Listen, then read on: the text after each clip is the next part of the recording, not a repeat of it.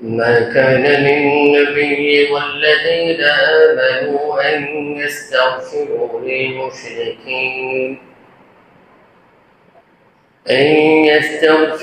للمشركين ولو كانوا أولي قربى من بعد ما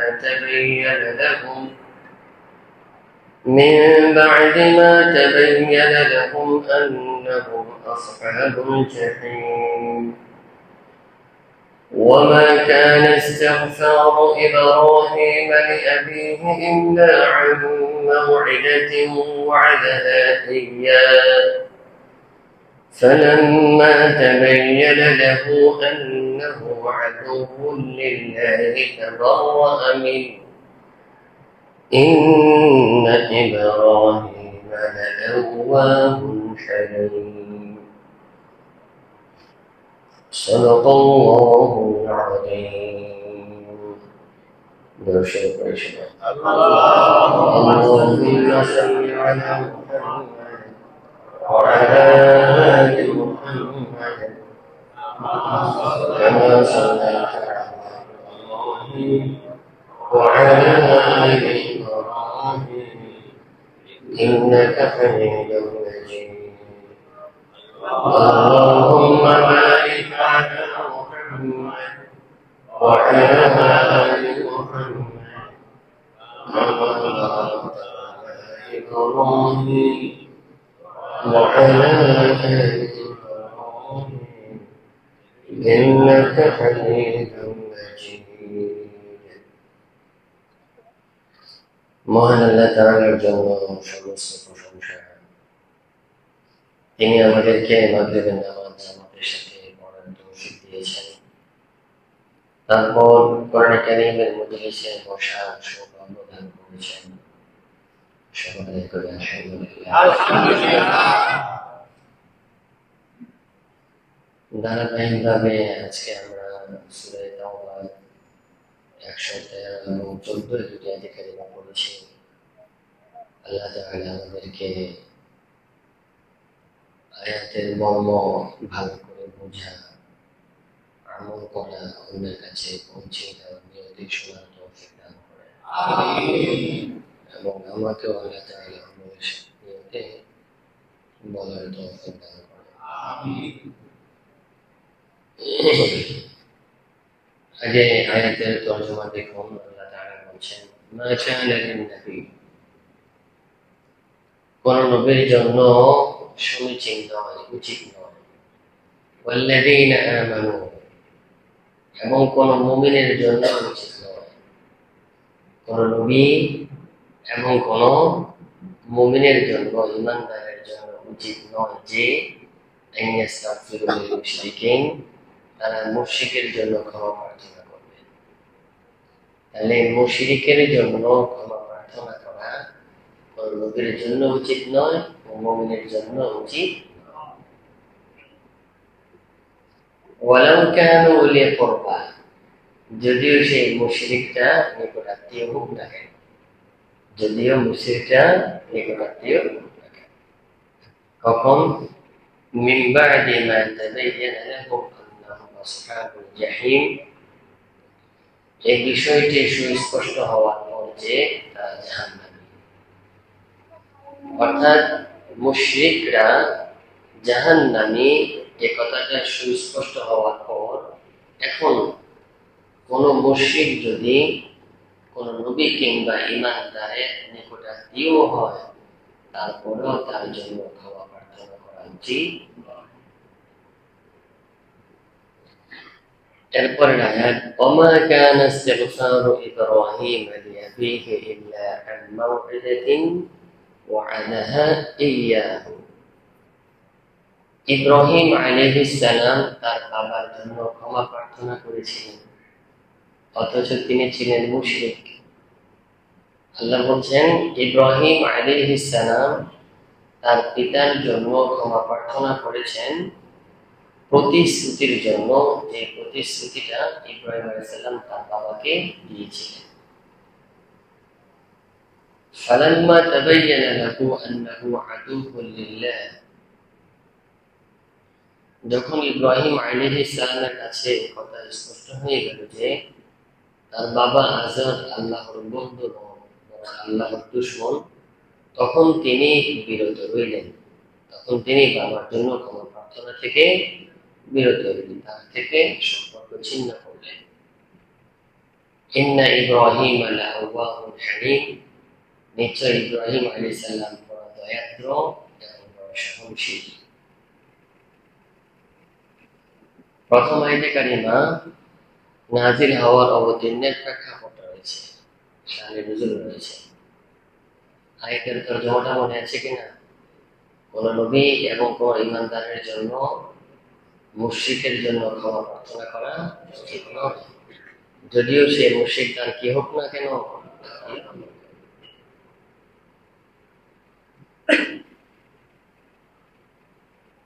আয়াতের শানে নুজুল হলো যখন রাসূল করিম সাল্লাল্লাহু আলাইহি ওয়াসাল্লামের পিতা আবু তালেব, কি নাম, নবীজি সাল্লাল্লাহু আলাইহি ওয়াসাল্লামকে সহযোগিতা করেছেন কিনা? যদিও তিনি ধর্ম গ্রহণ করেননি, কিন্তু মক্কার সকল লোক যখন রাসূল করিম সাল্লাল্লাহু আলাইহি ওয়াসাল্লামের বিরুদ্ধে গিয়েছেন, তখনও চাচা নবীজির সাথে ছিলেন, নবীজিকে খুব সহযোগিতা করেছে। এজন্য হাদিসের কিতাবে আছে জাহান্নামে সবচেয়ে কম শাস্তি হবে কার? আবু তালেব।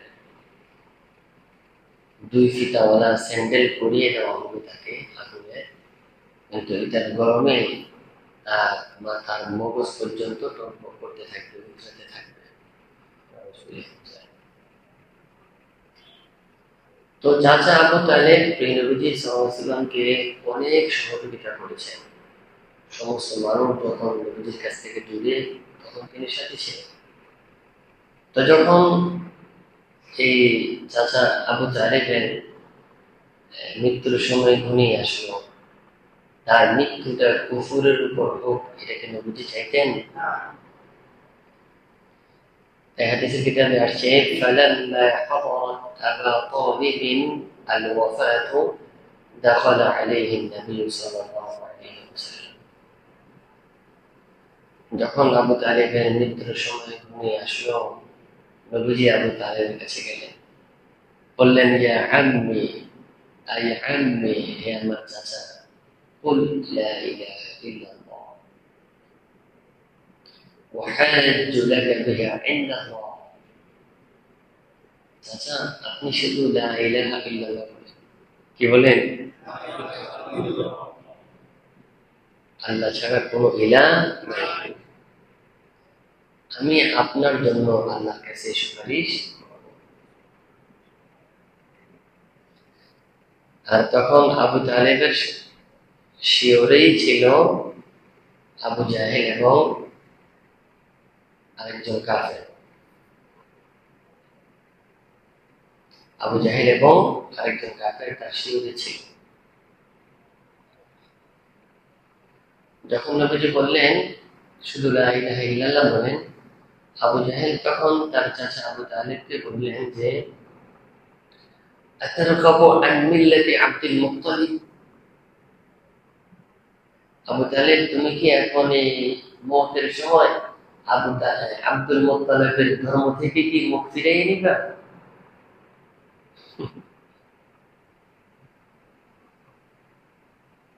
নবীজি সাল্লাল্লাহু আলাইহি ওয়াসাল্লাম আবার বললেন, আবু জাহেলের কথার দিকে ভ্রুক্ষেপ করলেন আর চাচাকে আবার বললেন, চাচা আপনি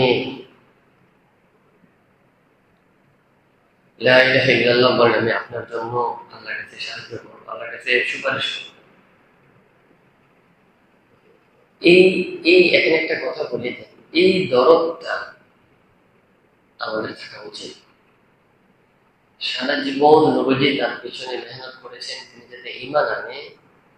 এমনকি এখন মওতের সময় চলে আসছে, এখন নবীজি নৈরাশ না, এখনো যাতে তার মওতটা ঈমানের উপর হয়, এই জন্য মৃত্যু সজ্জায় গিয়েও শিয়রের সামনে গিয়ে উপস্থিত হয়েছে। আমরা তো অনেকে আছি, আমাদের কোনো দয়া মায়া লাগে না। কেউ নেশা করতে করতে করতে করতে করতে করতে করতে মরে গেছে, কারণ কিন্তু দয়া মায়া লাগে না, অথবা লাগলেও ওইরকম ভাবে লাগেনি। আর কেউ হয়তো দূর থেকে একটু আফসোস করছে, দূর থেকে একটু কি করছে, আফসোস করছে। অথবা কেউ আছে দেখা যায় বেনামাজি মসজিদে যারা কাছে আসে, এভাবে তার মুখটা হয়ে গেছে, কারো মনে কোনো সময় দাগ কাটে নাই লোকটাকে মসজিদে আনা দরকার। অথবা কারো মনে দাগ কাটলেও এই লোকটা নামাজ পড়লো না, কিন্তু তার কাজ পর্যন্ত যায়নি।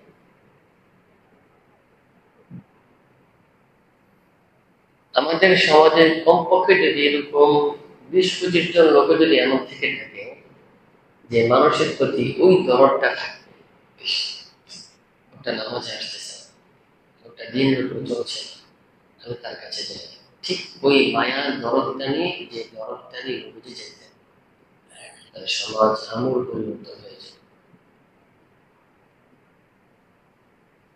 চাকরি থেকে আসে, ব্যবসা থেকে আসে, তো টাইম পাস করে, টাইম পাস, মোবাইল খেলবো, অথবা লুডো খেলবো, অথবা জুয়া খেলবো, অথবা আড্ডা দিব, অথবা গেমস খেলবো, টাইম পাস করে। এদেরও টাইম পাস হয়, আর যারা আসার পর 2-4 দিন করে দাওয়াত দেয়, এদেরও টাইম পাস হয়। যারা অবসরে এসে 2-4 টাকা নামাজ পড়ে, এদেরও টাইম পাস হয়। অবসরে 1-2টা সূরা শিখে, এদেরও টাইম পাস হয়। সেদিন দেখা যাবে যে কার টাইম পাস কার কেমন উপকারে এসেছে। আল্লাহ তাআলা আমাদেরকে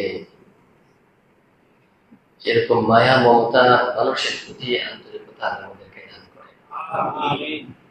নবী সাল্লাল্লাহু আলাইহি ওয়াসাল্লাম যেমন ছিলেন ইহুদি যুবক, নবীজির মাঝে মাঝে খিদমত করতেন, শুনছেন খুব অসুস্থ, নবীজি দৌড়ে গেছেন তাকে দেখতে গেছেন। ইহুদি মুসলমান না ইহুদি?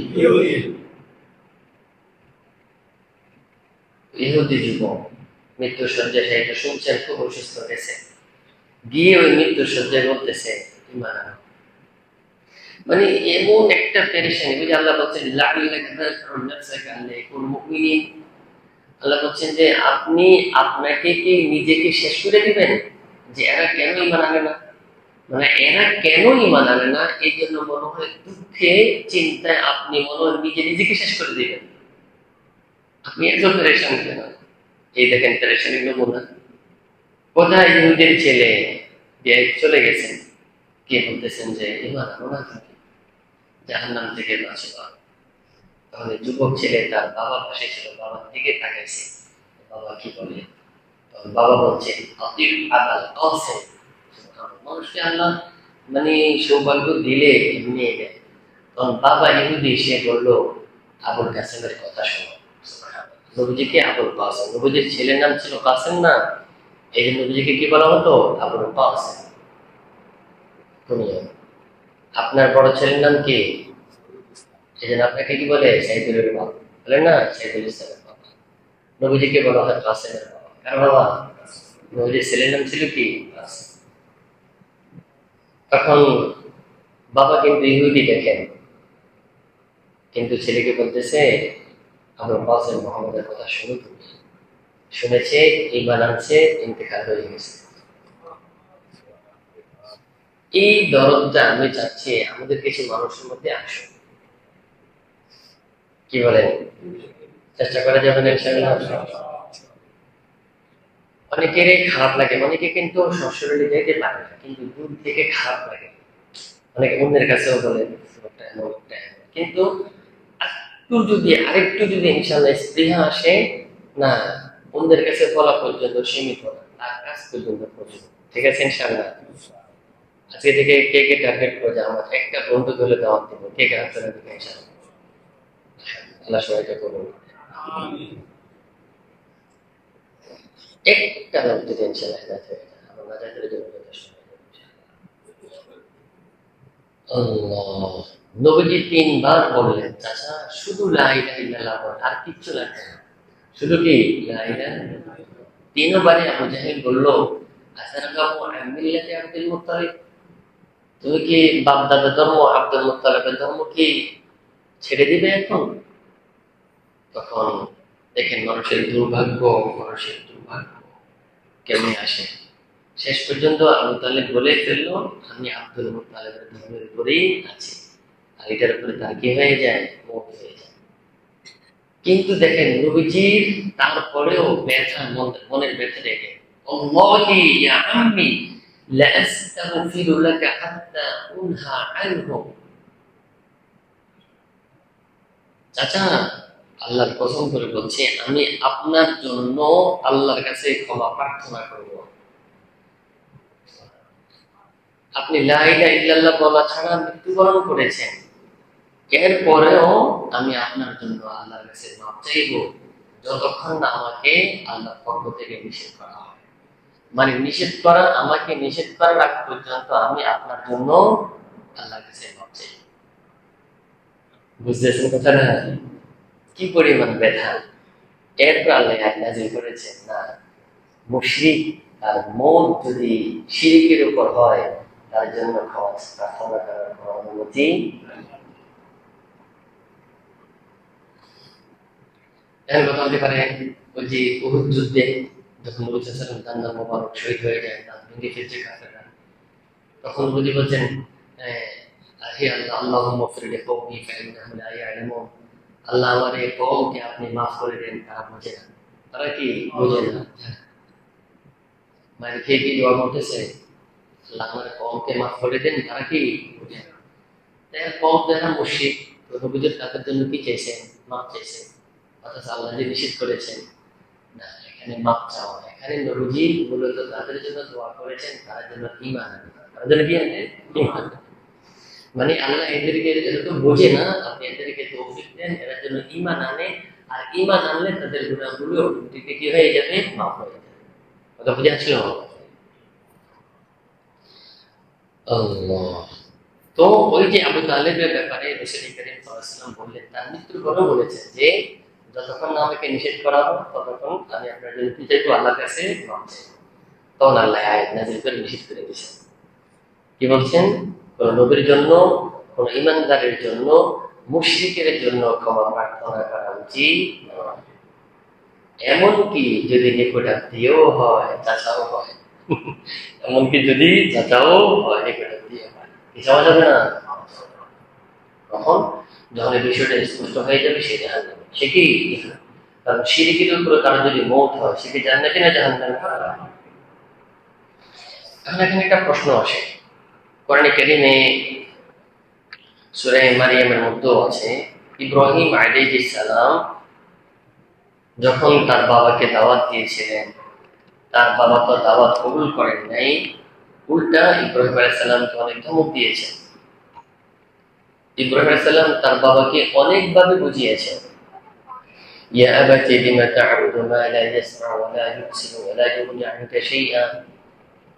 বাবা, এমন জিনিসের কেন পূজা করেন যে জিনিস শুনেও না, দেখেও না, আপনার কোনো উপকারও করতে পারে না। ইয়া আবাতি ইন্নী ক্বাদ জাআনি মিনাল ইলম মা লাম ইয়াতি। আবাজি, আমার কাছে আল্লাহর পক্ষ থেকে এমন জ্ঞান এসেছে যে জ্ঞান আপনার কাছে আসে নাই। ফাত্তাবি'নি আহদিকা সিরাতান সাবিয়্যা। আব্বা, আপনি আমার অনুসরণ করেন, আমি আপনাকে সোজা রাস্তা দেখাবো। ইয়া আবাতি লা তা'বুদু শাইতান। দেখেন দাওয়াতের ঢং কি। আব্বাজি, আপনি শয়তানের পূজা করেন না। ইন্না শাইতানা কানা লির-রহমানি আসিয়া। শয়তান তো আল্লাহর নাফরমান বান্দা, শয়তান তো আল্লাহর নাফরমান। আপনি ওর কথা শুনেন কেন? ওর কথা শুনবেন না। ইয়া আবাতি ইন্নী আখাফু আন ইয়ামাসসাকা আযাবুন মিনার রহমান ফাতাকুনা লিশ-শাইতানি ওয়ালিয়্যা। আব্বা, আমার আশঙ্কা হয়, আমার ভয় হয়, আপনি যদি ঈমান না আনেন, আমার কথা না শুনেন, আল্লাহর পক্ষ থেকে বড় শাস্তি আসবে। কি আসবে? শাস্তি আসবে। তখন আপনি শয়তানের বন্ধু হয়ে যাবেন। কার বন্ধু হবেন? শয়তানের বন্ধু। কতটা দরদের সাথে বাবাকে বলেছেন, কতটা আদবের সাথে, কিন্তু বাবা কি জবাব দিয়েছে? আরাগিবুন আনতা আন আলিহাতি ইয়া ইব্রাহিম লাইন লাম তানতাহি লাআরজুমান্নাকা ওয়াহজুরনি মালিয়্যা। হে ইব্রাহিম, তুমি কি আমার এই প্রতিমাগুলো থেকে মুখ ফিরিয়ে নিচ্ছ? আমি তো কত কত প্রতিমা আছে, কেউ বৃষ্টি দেয়, এটা দেয়, সেটা দেয়, কত প্রতিমা আছে, তুমি কি এদের কাছ থেকে মুখ ফিরিয়ে নিচ্ছ? তুমি যদি এগুলো, এই কাজ থেকে যদি তুমি বিরত না হও, তোমাকে প্রস্তরাঘাতে হত্যা করবো, মানে পাথর মেরে তোমাকে মেরে ফেলবো। কি অবস্থা! তখন আর কি আর শিরিকের সাথে থাকা যায়? আরে বাবা, আপনার উপরে শান্তি বর্ষিত হোক, রব্বি, অচিরেই আমি আপনার জন্য আমার রবের কাছে কি চাইবো? ক্ষমা প্রার্থনা চাই, ক্ষমা প্রার্থনা। এই বাবাকে ওয়াদা দিচ্ছে কিনা? বাবার কাছ থেকে যখন চলে যাচ্ছে, তখন যাওয়ার সময় বাবাকে ওয়াদা দিছিল যে বাবা, আমি আপনার জন্য আল্লাহর কাছে কি করব? ক্ষমা প্রার্থনা করব। তো সূরা তাওবার 113 নম্বর আয়াতে বোঝা গেল কোন মুশরিকের জন্য ক্ষমা প্রার্থনা করা যাবে না। এখন প্রশ্ন আসে, ইব্রাহিম আলাইহিস সালাম যে তার বাবার জন্য কি করেছেন? ক্ষমা প্রার্থনা করেছেন। তো তিনি উল্টা কিভাবে করলেন?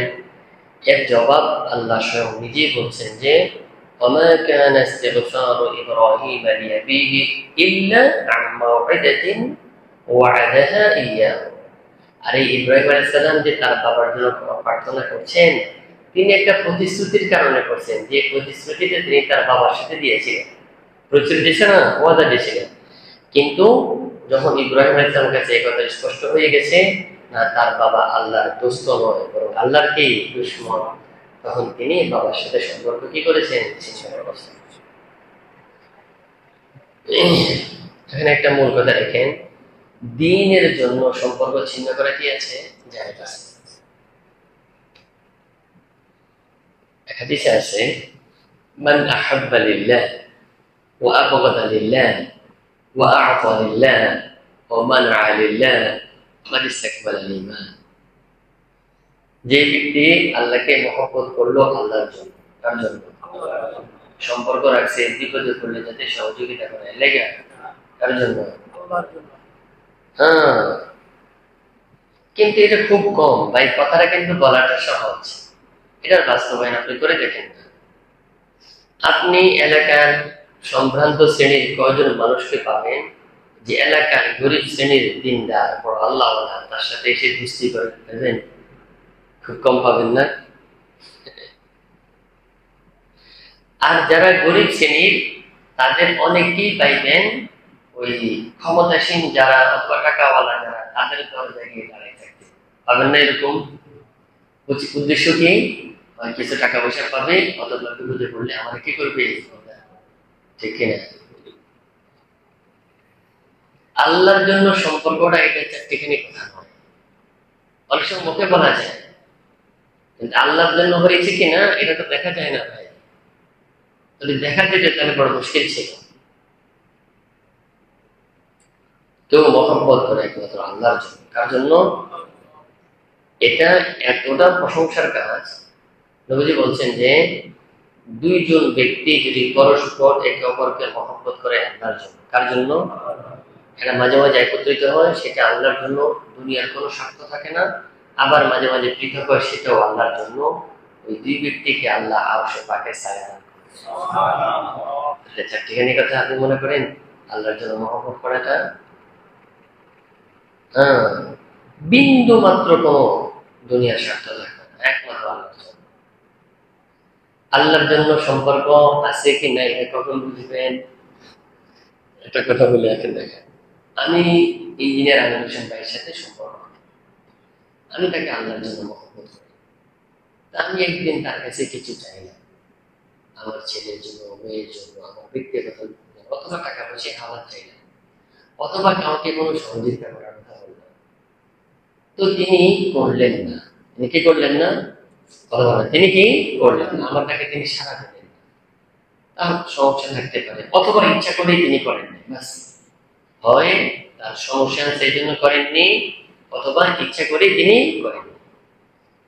না করার পরেও যদি আমার তার সাথে সম্পর্ক পূর্বের মতোই থাকে, তাহলে বোঝা গেল তাকে আমি আল্লাহর জন্য কি করি, ঠিক না?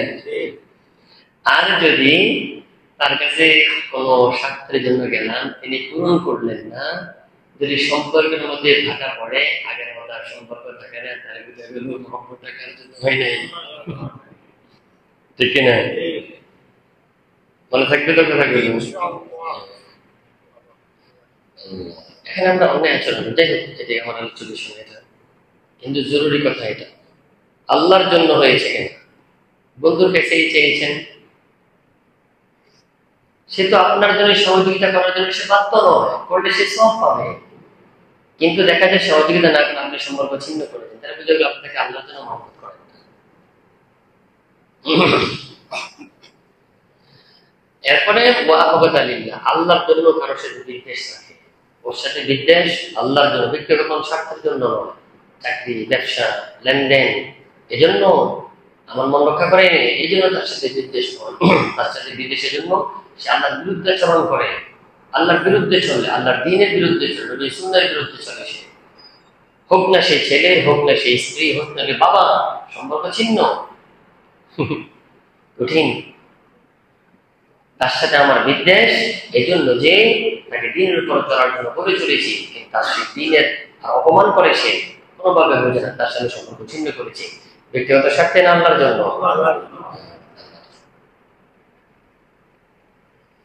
আমাদের জীবন ব্যবস্থা যদি এমন হতো কতই না সুন্দর হতো, আমাদের সম্পর্ক ছিন্ন হয়, আত্মীয় সম্পর্ক নষ্ট হয়, কিন্তু সেটা আল্লাহর জন্য হয় না, স্বার্থের জন্য হয়। কিসের জন্য হয়? স্বার্থের জন্য। এটার মধ্যে কোনো সফট নেই, এর মধ্যে কোনো কি নেই। কিন্তু এই সম্পর্ক ছিন্নটাও যদি, বিদ্বেষটাও যদি আল্লাহর জন্য হতো, হাদিসে কি বলে দেখেন, এরপরে ওয়া'আতালিল্লাহ, কাউকে যদি দান করে তো আল্লাহর জন্য করে। কার জন্য করে? আল্লাহর জন্য দান করে। এটা প্রকাশ্য হতে পারে, গোপন হতে পারে, তবে গোপনে এটা বেশি। ওয়ামানা'a লিল্লাহ, এবং কাউকে দান করা থেকে বিরত থাকে, এটাও আল্লাহর জন্য। যেমন ও 10 টাকা চাচ্ছে, ওরা 10 টাকা দিলে ও গিয়ে বিড়ি খাবে, জানি 10 টাকা দিলে কি খাবে? বিড়ি খাবে। ওরা 10 টাকা দেবো না, এই না দেওয়া টাকার জন্য। কথা বুঝে আসলো? ও এখন 100 টাকা চাচ্ছে, 100 টাকা দিলে একটা পোটলা কিনবে, পোটলা। তাহলে তাকে 100 টাকা দিতে হবে, যতই ও পায়ে করে চা কিভাবে চাচ্ছে, এভাবে যাচ্ছে, মনে হয় মরে যাবে। ও চাচ্ছে ভাই পেটে ক্ষুধা, অনেক ক্ষুধা, মরে যাবো। ও 100 টাকা পাওয়ার পরে ওর মরা, ও মুহূর্তে জিন্দা হয়ে যাবে, গিয়ে সে চিপে চলে যাবে। ওদের তার সেখান থেকে দিচ্ছি না, এটা কার জন্য? ওরে টাকা দিলে ও গিয়ে এখন একটা মোবাইল কিনবে, মোবাইলের কোনো প্রয়োজন নেই, মোবাইলও গেমস খেলবে, অন্যায় জিনিস দেখবে, বড় মোবাইল ব্যবহার করার ব্যাপারে যোগ্যতা তার মধ্যে আসেনি এখনো। তাকে দিলে অন্যায় আচরণ করে গুনাহ করবে, দিব না, যতই কান্না করবে, এই না দেওয়াটাও কার জন্য? মনে থাকবে। এই 4 টাকা যে করবে, নবীজি বলছেন ঈমান, সে তার ঈমানকে পরিপূর্ণ করেছে। খেয়াল করছেন? আল্লাহর জন্য মহব্বত, আল্লাহর জন্য বিদ্বেষ, কাউকে দিলে আল্লাহর জন্য, দেওয়া থেকে বিরত থাকা সেটা আল্লাহর জন্য, যে কাজ করলো সে তার ঈমানকে পরিপূর্ণ করলো।